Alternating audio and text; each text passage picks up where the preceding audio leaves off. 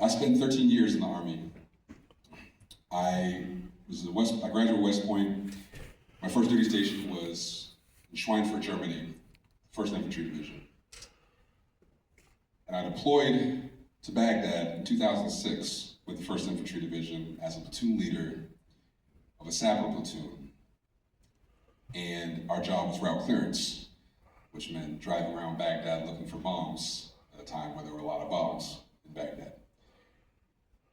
When I got to Baghdad, you always do a right seat, they call it right hand ride, right seat ride.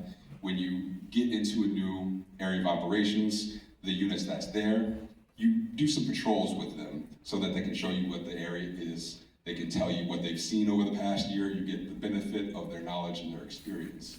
And I did my right seat ride with one of my classmates from West Point. His name is Amos Bach.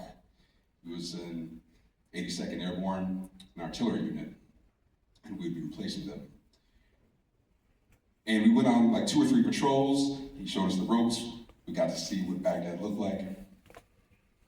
And before we even got to take our first patrol out on our own, his platoon was hit, and he was killed along with 3 other soldiers who were in the truck with him. 15 months later, when we left Baghdad, we did our own left seat ride with another unit that came in, from 101st. And before we could completely turn it over to them, they were hit by a bomb and they had 3 soldiers killed. And in between, we had more casualties in our unit than I felt like any other unit since Vietnam. And soul scarred, I think it was used with soul, it wasn't soul scarred. What was Soul bruised. Soul bruised, thank you. Soul bruised, I think is a great determination, a great way to say it. I had to just like shove all of that. I had no idea how to do with any of that. And then I had an entire career left in the military. I stayed in for another 10 years. And I was not a professional musician. I was just a guy who brought my violin with me wherever I went in the Army. So I went back to officer basic course in Missouri, and I joined the orchestra at University of Missouri-Rolla and the jazz band playing violin. And then I went to the Defense Language Institute in California. I went to open mics. I got stationed in Korea. I went and I played in the street. And around that time, I had heard one of my friends from back home in Westerly. Her name's Laura Downing. She was a fantastic folk music artist. And she wrote a song for one of her Marine friends called Chasing Bombs. And it was absolutely haunting. And I loved the sound of it. And I had that in my head. And I thought, when I leave the military and I can finally really write about this, I'm gonna write a song. I'm gonna write a hip hop song, and I'm gonna use Chasing Bombs as the base for that. And so Korea gave me an opportunity to actually really spread my wings. I played a lot in the street. I met some musicians. I started to go on tour. I made a band.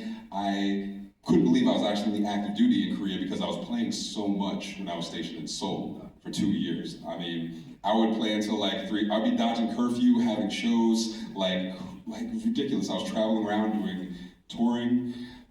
Played some amazing festivals. And then I decided I was gonna get out of the Army, bet on myself, become a musician for real.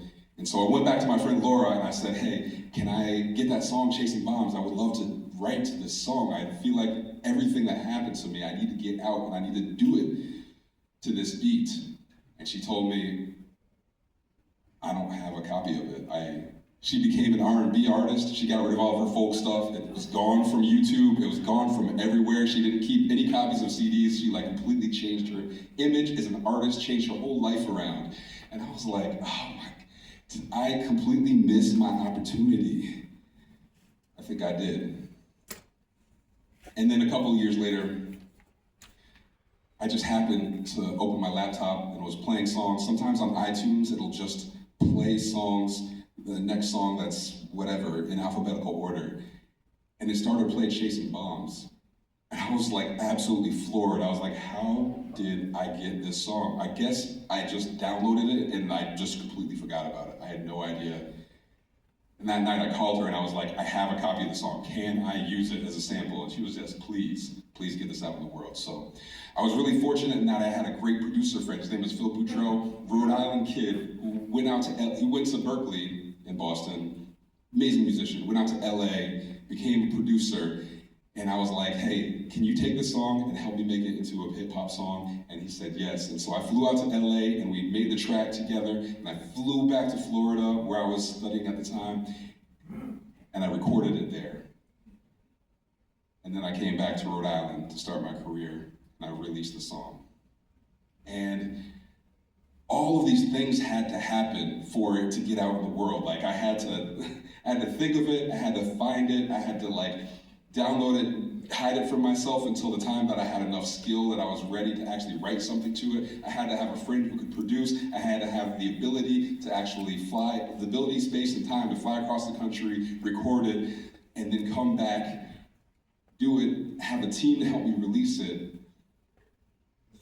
All of that to come together for just one song is, I feel like, exceptional. And I am so blessed that that I had the time and space and the ability to make it happen. So for anybody who thinks that it's just easy for you to get the things out that you know are in your head, the way that you want to get them out, I know, I see you all. I see you. I went through years of struggle to get this song out of my head. And so the things that you are bringing here today are so important and so needed. I'm so happy that you had the opportunity, the space, and the time to do them. Without further ado, let me play for you Chasing Bombs.